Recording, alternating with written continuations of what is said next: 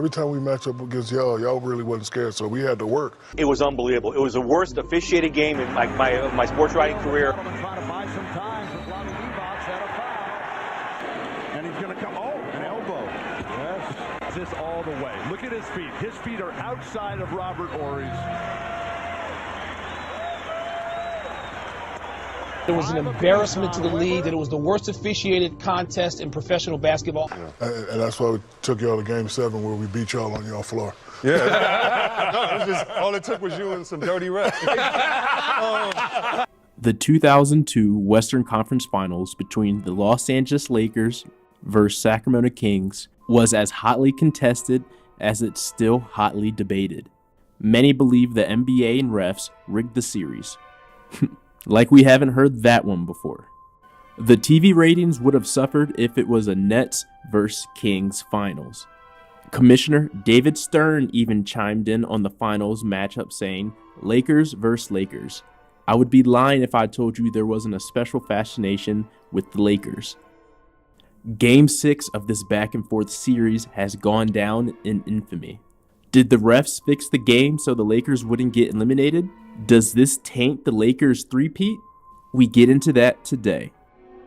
Hello, and welcome to Sports Vaults, presented by Data Productions, uncovering the untold, lost, and forgotten files of the sports world. To effectively analyze the scrutinized Game 6 of this series between the Lakers and Kings, we first must understand how both teams got to this point. The Kings had finished the regular season with a record of 61-21 and had a non-selfish play. They fully believed they are ready to win the NBA championship. They had a solid core of Chris Webber, Doug Christie, Vlade Divac, Mike Bibby, and Peja Stojakovic. They were ready to compete for a ring. Meanwhile, the Lakers had a relatively down season, dealing with chemistry issues with Shaq and Kobe, mostly stemming from Shaq's unwillingness to stay in shape, but they were good enough to reach the Western Conference Finals. There was already bad blood between the teams. I'm not worried about the Sacramento Queens. The Los Angeles Lakers and Sacramento Kings had already played each other in the previous two playoffs. Lakers had won both series, obviously meaning the Kings wanted to get their revenge.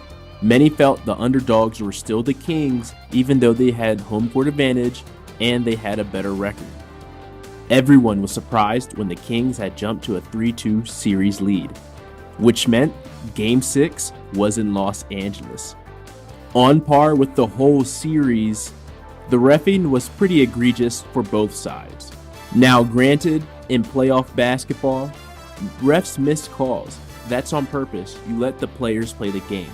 But they were missing blatant fouls on both ends. So when you look at the series as a whole, I wouldn't say either side had favoritism, because even the Kings had won some games because of the reffing. But looking at the game, the Lakers had shot 44 free throws in total, but 27 of them came in the fourth quarter alone. Scott Pollard fouled out in 11 minutes, Vlade Divac had fouled out on a questionable call, and Chris Webber had 5 fouls. The last 3 minutes is where things get really egregious. Taking it to the rim, and it's a one-point game. So Hito Turkoglu is able to hit on the drive, and here's Christie on the foul once again. Kobe Bryant clearly elbows Mike Bibby straight in the face. No offensive foul call. Kobe gets the inbound and hits the 2 free throws, and the Lakers won Game 7 in Sacramento. The Lakers went on to win the 2002 NBA championship, completing their three-peat, while the Kings slowly ebbed back into being an afterthought in the coming years. As I touched on in my 1985 NBA lottery video, David Stern was never above fixing a game or an event if it's for the benefit of the National Basketball Association. If the NBA is worried about TV ratings, which translates into money, of course they will do anything in their power to make sure they get the outcome they desire. Without TV money, none of these professional sports leagues would last. Or they would survive, but none of the leagues would look as grandiose as they are right now. Disgraced ex-referee Tim Donaghy alleged as much in a filing made by his attorney in U.S. District Court in New York, saying the highly controversial Game 6 of the Lakers-Kings playoff series in 2002 was impacted by the actions of 2 of the 3 referees who worked the game. He's a singing, cooperating witness who is trying to get as light a sentence as he can. The allegations are some of the strongest ever made against the NBA. Rightfully so.